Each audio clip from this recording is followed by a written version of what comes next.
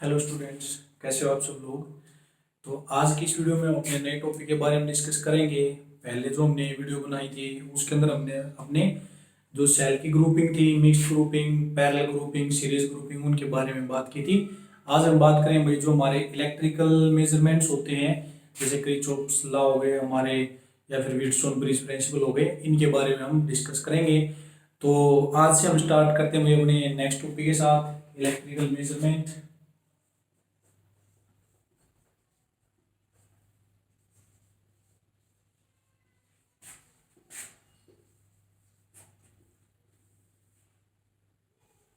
Electrical measurement, ठीक है। तो इलेक्ट्रिकल मेजरमेंट, इसके साथ हम स्टार्ट करते हैं अपने नए टॉपिक की। तो फर्स्ट हमारे पास क्या था भाई, किरचॉफ्स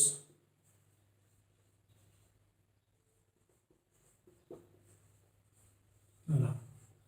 तो फर्स्ट टॉपिक हमारे पास क्या था, किरचॉफ्स लॉ का टॉपिक आता है। किरचॉफ्स हमारे पास एक साइंटिस्ट था भाई, किरचॉफ्स। इसने दो लॉ दिए थे, फर्स्ट लॉ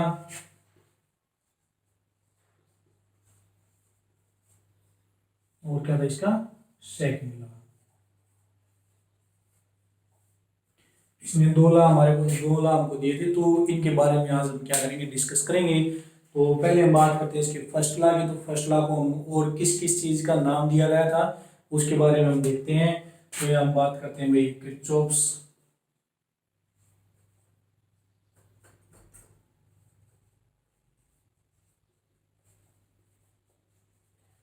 फर्स्ट लॉ।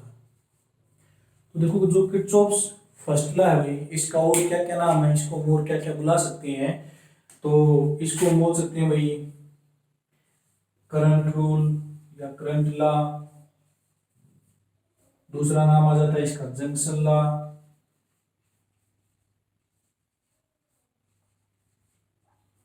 या फिर हम इसको नोड रूल भी हम बोल सकते हैं, ठीक है।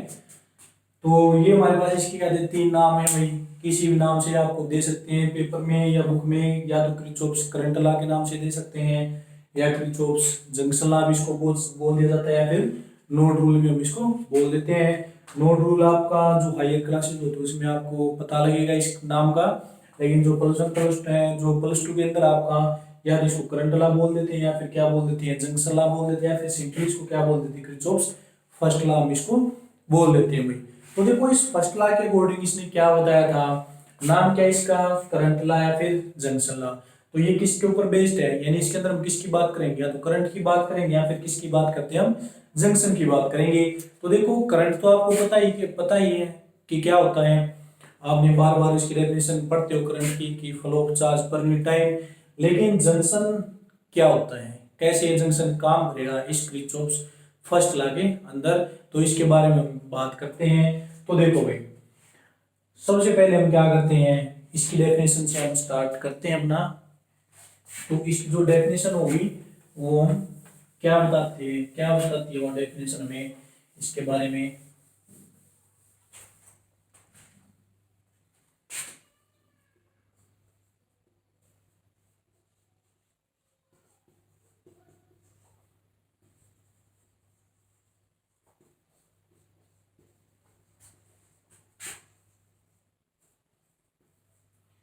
इसको लॉ भी बोल देते हैं, ठीक है, और रूल भी बोल देते हैं कई बुक के अंदर, कि किरचॉफ्स करंट रूल या जंक्शन रूल या फिर किरचॉफ्स फर्स्ट रूल। तो इसके बारे में हमारे पास क्या है भाई, अगर हम इसकी डेफिनेशन से शुरुआत कर देंगे तो हमारे पास क्या आएगा, द या फिर according to this rule, according to this rule, the algebraic sum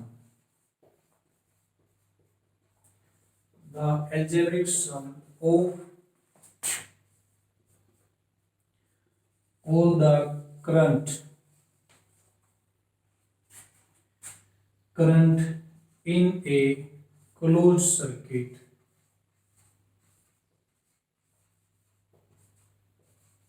meeting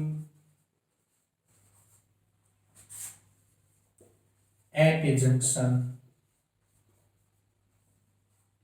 is zero. कि जंक्शन के ऊपर जो भी हमारा करंट मिलता है, किसी भी क्लोज सर्किट के किसी भी एक पॉइंट के ऊपर जो हमारा जंक्शन होगा, उसके ऊपर जो एल्जेब्रिक सम हो जाता है हमारा टोटल करंट का, वो किसके इक्वल हो जाएगा भाई, जीरो के इक्वल। तो इसको हम सिंपली में ये कर सकते हैं कि जो समेशन आई है हमारा वो किसके इक्वल हो जाएगा, जीरो के इक्वल हो जाएगा। ठीक है, तो ये हमारे पास क्या था भाई, इसका किरचॉफ से फर्स्ट लॉ की डेफिनेशन के अकॉर्डिंग हमने ये लिख दिया कि according to this rule the algebraic sum, algebraic math के अंदर आप एल्जेब्रा पढ़ते हो तो उसके अंदर क्या था भाई, साइन कन्वेंशन का मीनिंग है। यहाँ पर जो हमने एल्जेब्रिक सम दिखाया है इसका मतलब क्या है, साइन कन्वेंशन से है कि जो पॉजिटिव होगा उसको हम पॉजिटिव लेंगे, जो आपका नेगेटिव होगा उसको हम क्या लेंगे, नेगेटिव लेंगे। Of all the current in close circuit, close circuit का मतलब आप समझते हो कि आपने क्या करके क्लोज कर रखी, यानी उसके अंदर करंट फ्लो कर रहा है। Meeting at A junction is zero, यानी जंक्शन। अब हम बात करेंगे इस जंक्शन की, जंक्शन आपके पास होता क्या है। यानी देखो अगर हम जंक्शन को सिंपली हम देखते हैं तो आप रेलवे स्टेशन के ऊपर भी जाते होंगे, वहां पर अनाउंसमेंट होती है या फिर रेलवे स्टेशन के ऊपर लिखा जाता है कि रेलवे जंक्शन। तो उस जंक्शन का क्या मतलब होता है, वहां पर क्या होता है, वो एक प्लेस होता है भाई जहां पर क्या होती है, रेलगाड़ियां आती हैं, लेकिन कुछ टाइम के बाद वो अलग अलग डायरेक्शन के अंदर चली जाती है, लेकिन वहां पर क्या है, रुकती कोई नहीं है। ठीक है, वो खाली हो जाता है जाने के बाद, एक बार आ गई सारी इकट्ठी होगी, फिर उसके बाद क्या होगी, सारी अपनी अपनी डायरेक्शन के अंदर चली जाती है। तो जंक्शन का मतलब होता है एक ऐसा पॉइंट आता है जहां पर करंट आएगा, किसी भी डायरेक्शन से करंट आ सकता है, उसका कोई भी बहुत सारे पाथ हो सकते हैं उसके, लेकिन उस पॉइंट के ऊपर करंट रुकेगा नहीं, वो अलग अलग डायरेक्शन के अंदर चला जाएगा, या अलग अलग के अंदर नहीं जाएगा तो किसी एक पर्टिकुलर डायरेक्शन के अंदर वो क्या करेगा, फ्लो कर जाएगा। तो उस पॉइंट को हम क्या बोल देते हैं, जंक्शन बोल देते हैं। जैसे मैं आपको डायग्राम बना के उसके हेल्प से आपको अंडरस्टैंड करवाने की कोशिश करता हूं कि जंक्शन आपका क्या होता है। तो देखो सबसे पहले देखो, मैंने मान लिया ये मेरे पास कोई पॉइंट है, ठीक है, हमने एक पॉइंट एज्यूम कर लिया। अब क्या करते हैं, इससे अलग अलग डायरेक्शन में हम एज्यूम कर लेता हूं भाई, ये डायरेक्शन है, जैसे मैंने ये डायरेक्शन एज्यूम कर ली। अब देखो इस पॉइंट के ऊपर जंक्शन का मतलब क्या होता है कि उसके उसके ऊपर कोई चीज आएगी लेकिन उससे क्या होगी, बाहर भी जाएगी, यानी उसके अंदर एंटर भी होगी और उससे क्या हो जाएगी, लीव भी हो जाएंगे कुछ टाइम के बाद। तो जैसे मैंने मान लिया भाई यहाँ पर कोई हमारा ये पॉइंट है, ये हमने जंक्शन मान लिया, इसके ऊपर हमारा क्या हो रहा है भाई, अलग अलग डायरेक्शन से करंट एंटर कर रहा है, क्योंकि हम किसके बारे में पढ़ रहे हैं भाई, करंट किरचॉफ्स फर्स्ट लॉ। तो मान लेते हैं ये हमने इसके अकॉर्डिंग हमने I1 मान लिया, यहाँ पर I2 मान लिया, I3 मान लिया, I4 मान लिया और I5 मान लिया भाई। ठीक है, हमने ये 5 करंट मान लिए। अब इनकी डायरेक्शन हम दिखाते हैं कि डायरेक्शन किस डायरेक्शन के अंदर ये जाएंगे। तो मान लेते हैं I1 क्या कर रहा है, इसके अंदर एंटर कर रहा है, I2 भी इसके अंदर एंटर कर रहा है, I3 हमने मान लिया भाई इससे बाहर जा रहा है, लीव कर रहा है इसे, I4 इसके अंदर एंटर कर रहा है और I5 भी क्या हो रहा है, इसे लीव कर रहा है, इसे बाहर जा रहा है हमारा। ठीक, तो इस रूल को करने से आपको साइन कन्वेंशन याद रखने पड़ेंगे। फर्स्ट इसके साइन कन्वेंशन मैं आपको बता देता हूं। साइन कन्वेंशन, तो देखो साइन कन्वेंशन हमारे पास सिर्फ इसके अंदर क्या है, एक ही क्वांटिटी है जिसको हमने नाम दिया करंट का। तो करंट इसकी डायरेक्शन क्या है, या तो ये एंटर करेगा या फिर क्या करेगा, इसे लीव करेगा। तो उसी एंटरिंग और लीविंग के हिसाब से हमें क्या देने, इसके साइन कन्वेंशन देने हैं। तो फर्स्ट पॉइंट क्या है भाई, if current enters then take it positive, तो उसको हमें क्या लेना भाई, पॉजिटिव लेना है। और if current leave from junction, if current leave from junction then take it negative, तो आपने उसको क्या लेना है, नेगेटिव लेना है। तो ये आपने दो साइन कन्वेंशन आपने ध्यान रखने हैं, और ज्यादा इसके अंदर कोई साइन कन्वेंशन आपका ऐसा नहीं है कि जो आपको, यानी सिर्फ दो ही साइन कन्वेंशन, या तो पॉजिटिव लेना है या फिर उसकी वैल्यू को आप क्या लोगे, नेगेटिव लोगे। अब देखो इसके अकॉर्डिंग किरचॉफ सेकंड लॉ के अकॉर्डिंग क्या था भाई, कि जो समेशन हमारे पास summation I is equal to 0, first law के अकॉर्डिंग हमारे पास ये आया था कि अगर हम टोटल करंट का एल्जेब्रिक सम कर देते हैं तो किसके इक्वल आता है, जीरो के इक्वल आता है।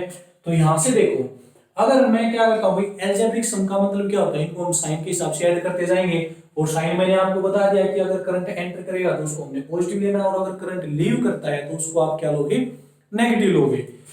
तो यहां से देखो अगर मैं इसको करते हैं तो भाई का एल्जेब्रिक सम हम करते हैं तो I1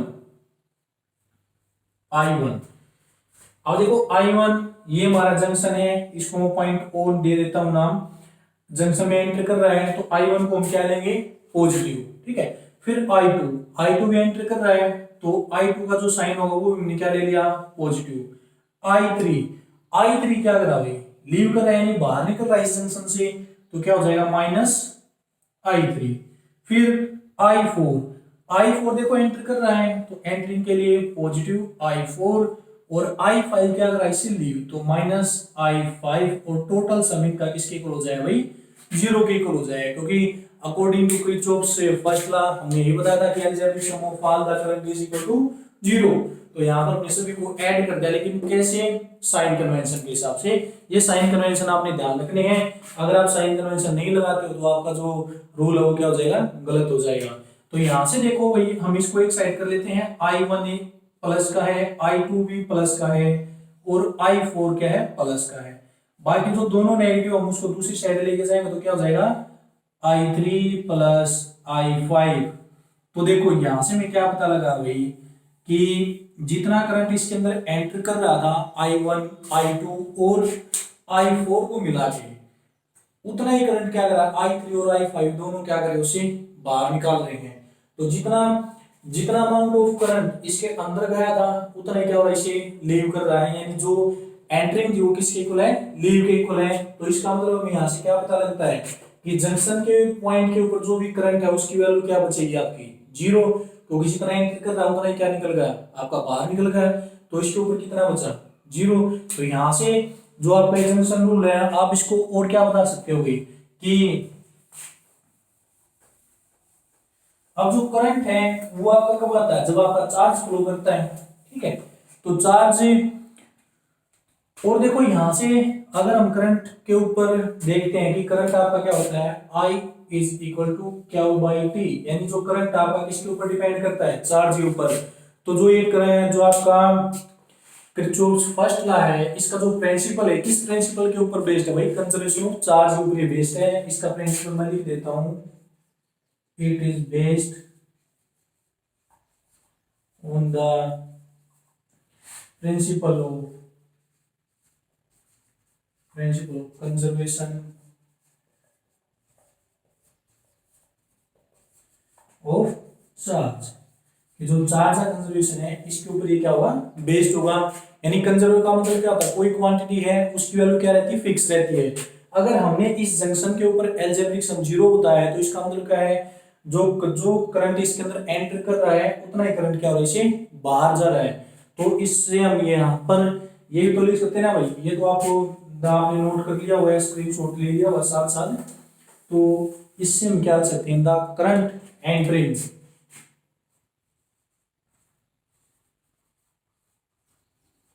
the amount of current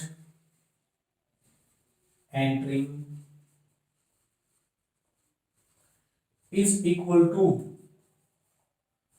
the amount of current leaving। जितना इसके अंदर एंटर कर रहा है उतना ही क्या करेगा वो यहाँ से लीव करेगा। तो इसका मतलब क्या है, जितना एंटर कर रहा है उतना ही लीव कर रहा है, तो जंक्शन के ऊपर क्या बचा, जीरो। तो कंजर्वेशन ऑफ चार्ज अपने आप हो जाता है भाई कि जंक्शन के ऊपर टोटल चार्ज वैल्यू क्या रहेगी आपकी, जीरो रहेगी। टोटल जो करंट है वो क्या रहेगा आपका, जीरो।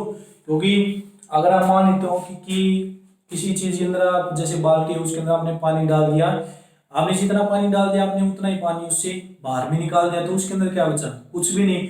तो ये चीज यहाँ पर है, जंक्शन के अंदर जितना करंट एंटर होगा उतना ही करंट अगर बाहर निकल जाएगा, यानी amount of entering of current is equal to amount of leaving of current. तो then the current remain at the junction is equal to zero. तो इसको हम क्या बोल सकते हैं, कंजर्वेशन ऑफ चार्ज। यानी किस प्रिंसिपल के ऊपर बेस्ड है, कंजर्वेशन ऑफ चार्ज के ऊपर ये आपका बेस्ड है। तो देखो ये हमारे पास क्या था, करंट ला या जंक्शन ला, किरचॉफ फर्स्ट ला भी हम इसको बोल देते हैं। इसका एक न्यूमेरिकल एग्जांपल देखिए, मैं आपको बताता हूं कि इसके एग्जांपल आप किस तरह से सोल्व करोगे। तो देखो भाई, इसके ऊपर हम न्यूमेरिकल देखते हैं। तो इस न्यूमेरिकल में आपको इस जंक्शन लॉ का यूज करके हमें क्या करना है, करंट की वैल्यू आपने फाइंड आउट करनी है। तो देखो, किसी भी पॉइंट से हम इसको स्टार्ट कर सकते हैं, लेकिन लीविंग यहाँ से हो रही है हमारी, यानी यहाँ से लास्ट में हमने यहाँ पर आई की वैल्यू फाइंड आउट करनी है। तो हम इस पॉइंट को छोड़कर यहाँ से इसको क्या करते हैं, स्टार्ट करते हैं। तो देखो यहाँ से क्या हो रहा है भाई, 3A, यानी जो 3 एम्पियर, यहाँ से 3 एम्पियर करंट और यहाँ से 4 एम्पियर करंट, दोनों इसके अंदर क्या हो रहे हैं, एंटर हो रहे हैं। और यहाँ पर ये जो पॉइंट है ये किसकी तरह काम कर रहा है भाई, जंक्शन की तरह काम कर रहा है। ठीक है, जंक्शन के अंदर क्या होता है कि आपका अलग अलग साइड से क्या होती है, चीजें आगे इकट्ठी होती है। तो यहाँ से 3 एम्पियर करंट आ रहा है, यहाँ से 4 एम्पियर करंट इसके अंदर एंटर हो रहा है। तो यहाँ पर टोटल कितना करंट आ गया भाई, 7 एम्पियर हो गया हमारा यहाँ से टोटल करंट। अब ये 7 एम्पियर करंट यहाँ से फ्लो करके जाएगा, टोटल कितनी वैल्यू इसकी, 7 एम्पियर। अब ये 7 एम्पियर चल रहा है भाई। अब यहाँ पर इस पॉइंट पर आने के बाद ये क्या होगा, डिस्ट्रीब्यूट होगा, एक तो इस पाथ के लोग और दूसरा इस पाथ के लोग। ठीक है, अब देखो यहां से क्या होगा, 5 एम्पियर करंट आपका यहां से निकल गया। तो यहां पर टोटल वैल्यू कितनी थी, 7 एम्पियर, 5 एम्पियर आपका इस साइड में चला गया। तो यहां पर इसकी वैल्यू कितनी आएगी आपकी, कितना आएगा इस साइड में, 2 एम्पियर करंट आएगा भाई, क्योंकि 5 एम्पियर उस तरफ चला गया तो 2 एम्पियर हमारा इस तरफ आएगा। यानी कि इस पॉइंट के ऊपर जो भी हम जंक्शन एज्यूम करते हैं, इसके ऊपर जो करंट है वो आपकी वैल्यू क्या बचेगी, लास्ट में 0 बचेगी। ठीक है, तो 5 एम्पियर आपका इस तरफ चला गया तो 2 एम्पियर आपका इस तरफ आ गया। अब यहां से देखो 2 एम्पियर भी आपका अंदर एंटर कर रहा है और यहां से आपका 2 एम्पियर आ रहा है।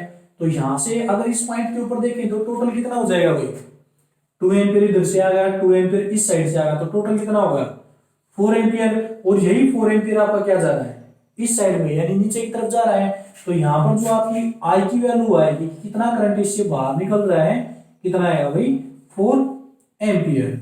ठीक है, तो ये हमने जो 4 एम्पियर, अब आप कहोगे कि कंजर्वेशन ऑफ लॉ, इससे जो कंजर्वेशन ऑफ चार्ज है वो इसके अंदर कहां पर एप्लीकेबल हुआ। यहां से हमने एंटर करवाया था 7 एम्पियर करंट, लेकिन लास्ट में हमारा कितना लीव कर रहा है, 4 एम्पियर करंट। अब इसके अंदर देखो, जितना आपका लीव एंटर करेगा उतना ही आपका लीव भी तो करेगा भाई। ठीक है, तो इसके अंदर टोटल देखो, टोटल करंट कितना कितना एंटर कर रहा है इस पूरे डायग्राम के अंदर, 3 एम्पियर यहाँ से, 4 एम्पियर यहाँ से, 7 एम्पियर, 2 एम्पियर यहाँ से, तो टोटल कितना होगा, 9 एम्पियर इसके अंदर एंटर कर रहा है। अब इससे लीव कितना कर रहा है भाई, 5 एम्पियर इस साइड में लीव कर रहा है और 4 एम्पियर इस साइड में, तो 5 + 4 कितना होगा, 9 एम्पियर। तो जितना इसके अंदर एंटर कर रहा है उतना ही क्या होगा, इससे बाहर भी तो जा रहा है।